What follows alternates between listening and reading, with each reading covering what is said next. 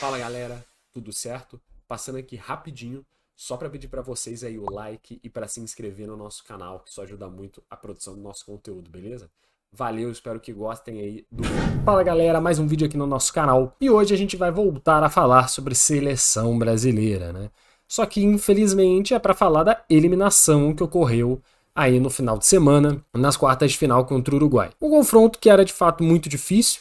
Eu já tinha feito um vídeo, né, no nosso formato X1, e de fato o Uruguai ele tinha uma vantagem, ao meu ver, um certo favoritismo hoje, né? No quesito coletivo, no quesito como os jogadores estão jogando no agora, acabou que ficaria 6-5, mas assim, o Brasil jogou bem uma parte do jogo, quando conseguiu fazer alguma coisa. O problema também foi a proposta que o Uruguai trouxe para o jogo, que não está errado, mas é a estratégia que eles tinham, né? Que foi de fazer muita falta picotar o jogo. O Brasil ele não está num grande momento, todo mundo sabe disso. O Brasil tem grandes jogos, às vezes jogos péssimos. O elenco como um todo, o coletivo, não está exatamente no melhor momento que a gente já viu da nossa seleção, né? Isso todo mundo sabe. Eu não sou tão alarmista assim falar que, ai meu Deus, é o pior momento da seleção brasileira na história, etc e tal, porque eu acho que não é. Sabe, não vencer a competição não significa que a sua seleção tá péssima, acabou, etc e tal. Eu não concordo com isso. O Brasil estava acostumado a ganhar muita Copa do Mundo e ganhar muitos títulos num passado recente, o que não era nem um pouco normal. Se você parar pra pensar, né? Se você comparar com as outras seleções que tem por aí, que a gente considera grandes seleções, seleções excelentes, etc e tal. Mas, de fato, o coletivo brasileiro não está no seu melhor momento. E também é verdade que esse confronto contra o Uruguai foi por acaso quarta de final. Porque podia ter sido muito bem uma semi, podia ser muito bem uma final. É um jogo duro e todo mundo sabia disso. Provavelmente os três melhores times da competição eram Brasil, Uruguai, Argentina e a Colômbia logo atrás. Então é realmente complicado, não tem o que fazer. Empate 0-0, foi pros pênaltis, e aí eu vou entrar no mérito dos pênaltis depois. Então foi um jogo duro.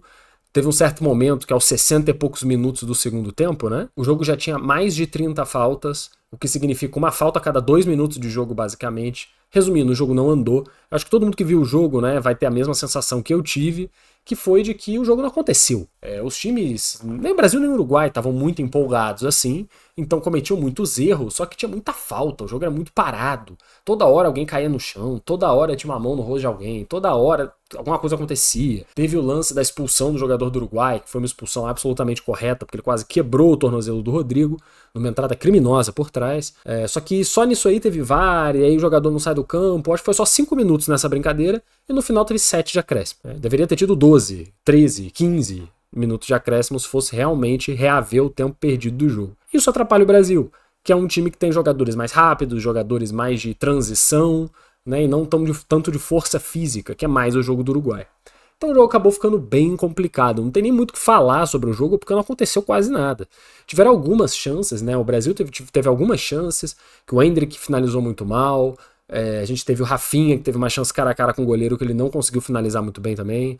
O Uruguai também teve uma cabeçada do Darwin Núñez, que poderia ter sido gol. Finalizações perigosas, mas também nada assim bizarro. Uau, meu Deus do céu, um golaço perdido. Não, mas tivemos algumas poucas chances no jogo. Reflete um pouco o momento, né? Um time conturbado, um time sem muita clareza nas jogadas, um time sem muitas opções, ainda mais sem o Vinícius Júnior, né, que foi uma perda colossal para esse time do Brasil. Ele poderia ter sido uma válvula de escape, né, para cima dos laterais do Uruguai, que são fracos, né? O Vinha, ele acabou tendo que sair, né, porque sentiu um pouco e aí caiu muito a qualidade da lateral do Uruguai. O Vinha até é um bom lateral, considerando assim, mas seria uma festa ali do Vinícius para cima da defesa, o que poderia abrir o jogo. E tem que se criticar também o fato dele ter tomado um cartão amarelo contra a Colômbia num ato de completa indisciplina, o que também é uma situação um pouco complexa nesse time, né? Você vê jogadores um tanto quanto indisciplinados e isso prejudica também a nossa seleção. Entrando no mérito dos pênaltis, tiveram duas situações que eu vi repercutirem muito. A primeira foi a foto, depois um vídeo que circulou da rodinha dos jogadores antes dos pênaltis acontecerem e do Dorival, que é o técnico, né, ficar de fora da rodinha. Ele não tava, ele tava tipo, pelo lado de fora, assim, abraçando os jogadores, mas sem participar, tipo, não deram espaço para ele, e aí compararam com a seleção do Uruguai, em que o Bielsa, que é o técnico do Uruguai, tava lá no meio passando instrução, falando e não sei o que lá. Então, assim, teve muita crítica sobre isso, de diferentes tipos, o Dorival ele não tem respeito dos jogadores, ou os jogadores, eles não dão devido valor, não existe hierarquia, eles acham que são maiores que a instituição, enfim. É realmente uma situação estranha, tá? Não é tão comum assim você ver o técnico fora do centro da conversa, ou pelo menos participante dessa conversa, que é crucial antes das batidas de pênalti, até para passar algum tipo de instrução. Eu acho anormal, não acho uma coisa natural, e podem ter alguns motivos. O Dorival é técnico da seleção há muito pouco tempo, foram só 7 jogos, 8 jogos, então de fato ele ainda não tem uma presença tão grande. Só que mesmo assim os jogadores já estão na Copa América há quase 30 dias juntos, treinando e jogando. Então eles deveriam, por obrigação da profissão, respeitar o líder. O líder de um time é o técnico. E os jogadores têm que entender isso e deixar que ele se coloque como esse líder. De duas uma, ou o Dorival é um líder fraco de vestiário, que eu não acho que seja, porque ele é muito bem sucedido no Brasil e muito amado pelos jogadores, ou os jogadores da seleção não respeitam a figura do Dorival, talvez pelas passagens que ele já teve no futebol, por nunca ter treinado um time europeu, por considerarem que são superiores a qualquer outro, que resolvem tudo sozinho. Se for esse último caso, eu acho um grande problema. E um reflexo de talvez por que a seleção não consiga funcionar. Jogadores que se consideram maior do que a camisa que vestem, jogadores que consideram mais importantes do que o desgaste necessário para ganhar com uma seleção. Porque quando você vê a Colômbia jogando, os caras eles se desgastam ao máximo. Quando você vê o Uruguai jogando, eles se desgastam ao máximo. A Argentina jogando, os times são muito aguerridos. O Brasil não é aguerrido. O Brasil é um time que parece sem vontade para jogar muitas vezes. E eu acho isso muito estranho. Falar o quê, né? Todos são profissionais e devem saber o que estão fazendo. E agora entrando em um outro mérito, de algumas declarações que acabaram, repercutindo bastante também em volta de tudo isso. A gente teve o Endrick, que deu algumas declarações, falando que o time treinou durante 30 dias debaixo de sol, e é um período que nem os jogadores não precisavam estar fazendo isso, que são as férias. Porque a maior parte dos jogadores joga na Europa, né? Então é o entre anos do futebol europeu, os jogadores na teoria estão de férias. Só que aí ele falou, falando como se isso fosse uma grande vantagem, fosse um grande sacrifício dos jogadores. Olha, a gente ficou treinando, não tirou férias, tudo pela seleção, hein? Então também não vem cobrar, hein? Porque, como é duro. Todo respeito, Endrick, né? Você que falou isso e qualquer outro que esteja ouvindo. Porra, não é tão difícil assim. Sabe? Não são só vocês. Todas as seleções da Europa estão acontecendo jogos ao mesmo tempo lá na Eurocopa. Não tem ninguém reclamando. Não tem ninguém pondo culpa em não sei o que, achando desculpa. Não tem, cara. Não tem. Vai perguntar pro Toni Kroos, vai perguntar pro Musiala se ele, não tirei férias, hein? Não vem me cobrar não. Pô, tá de brincadeira. Tá de brincadeira. E você tá jogando pela sua seleção, cara. Pela sua seleção. Você tem que amar o que você está fazendo, você está ali porque você tem que querer estar ali, tem que ser o ponto máximo da sua carreira. Óbvio que jogar no clube é muito importante, mas para você defender uma camisa de seleção, isso tem que ser o ponto máximo da carreira. Não pode ser uma coisa que você tem como um hobby, como entre aqui a gente joga lá e depois volta pro clube, é isso que vale. Porque senão não tem que estar na seleção. Tem que ir embora.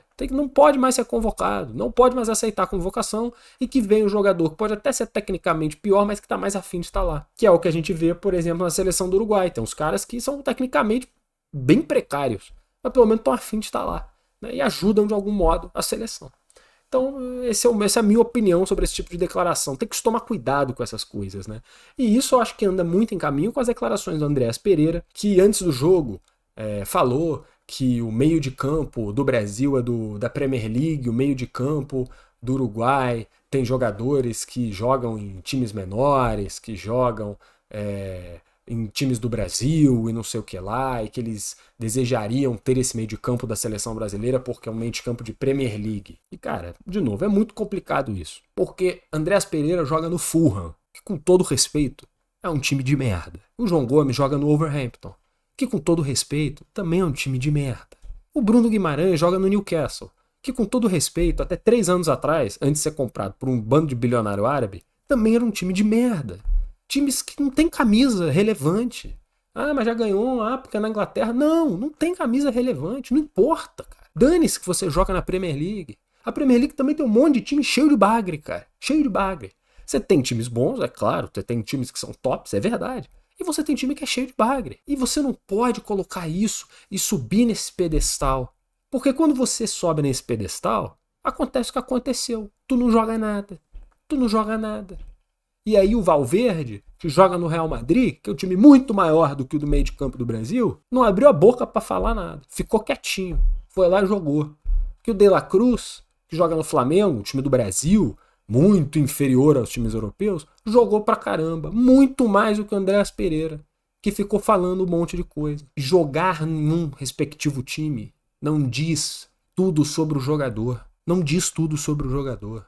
Sabe? E aí depois ele fala que, não, putz, não entendi a repercussão, que dói para muita gente ver 5 estrelas no peito da seleção brasileira. Pô, o Brasil já tá quase 25 anos sem ganhar mais um, né? Sem ganhar mais uma estrela. E tu vem com esse papo? Porra, tu não fez nada, quem ganhou essas estrelas não foram vocês. E tu vem com esse papo? Porra, tem que ficar quieto, jogar, treinar, mostrar em campo. Jogador de futebol ficou viciado em responder na internet. Depois que começou essa trend de jogador responder as pessoas na internet, parece que tudo degringolou. Cara, você tem que responder em campo. Porque se você entrar no campo e decide, você não precisa responder ninguém no Twitter, ninguém no Instagram. Então assim, é complicado, né? Porque quando entra em campo, parece eu jogando, né, com os meus amigos num sábado à tarde. Aí não dá. Aí não dá. Fica aí o meu parecer diante dessas falas, dessa repercussão que teve e do jogo que foi tenebroso, né? A verdade é essa, o jogo foi muito, muito chato, muito, muito ruim. Só teve um pingo de emoção porque nós somos brasileiros e a gente estava afim de ver o Brasil ganhar, né? As semifinais, só dando uma palhinha, as semifinais vão ser Colômbia e Uruguai e do outro lado, Argentina e Canadá. A gente vai falar mais sobre semifinal da Copa América mais pra frente, né?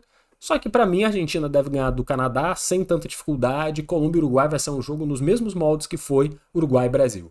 Um jogo pegado, um jogo com muita falta, um jogo violento talvez até, que é característica do futebol brasileiro, do futebol sul-americano. E no final alguém vai ganhar por um detalhe, por uma jogada, por um lance decisivo, talvez pênaltis novamente. E aí um deles fará a final com a Argentina e vamos ter um provável terceiro jogo muito físico, com muita falta e pouca clareza. O futebol sul-americano, ele tem muito isso. É um futebol mais físico, muitas vezes, do que o europeu. O que não quer dizer que é pior, mas muitas vezes o jogo acaba ficando mais chato por causa disso. Enfim, é isso que eu acho sobre o jogo do Brasil e sobre as semifinais da Copa América.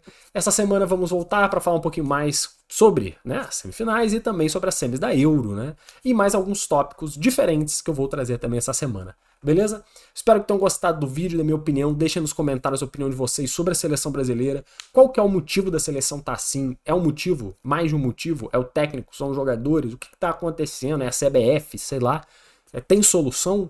O Brasil chega na Copa do Mundo ainda forte? Essa nova geração vai conseguir salvar essa ideia sobre a seleção? Ou a gente põe muito peso nos jogadores e isso acaba prejudicando eles em campo? Deixa aí nos comentários que a gente sempre lê e responde. Agradeço muito todo mundo que viu. Espalhem aí pros amigos. O nosso canal sempre crescendo. Agradeço muito a todos. Um forte abraço e até o próximo vídeo.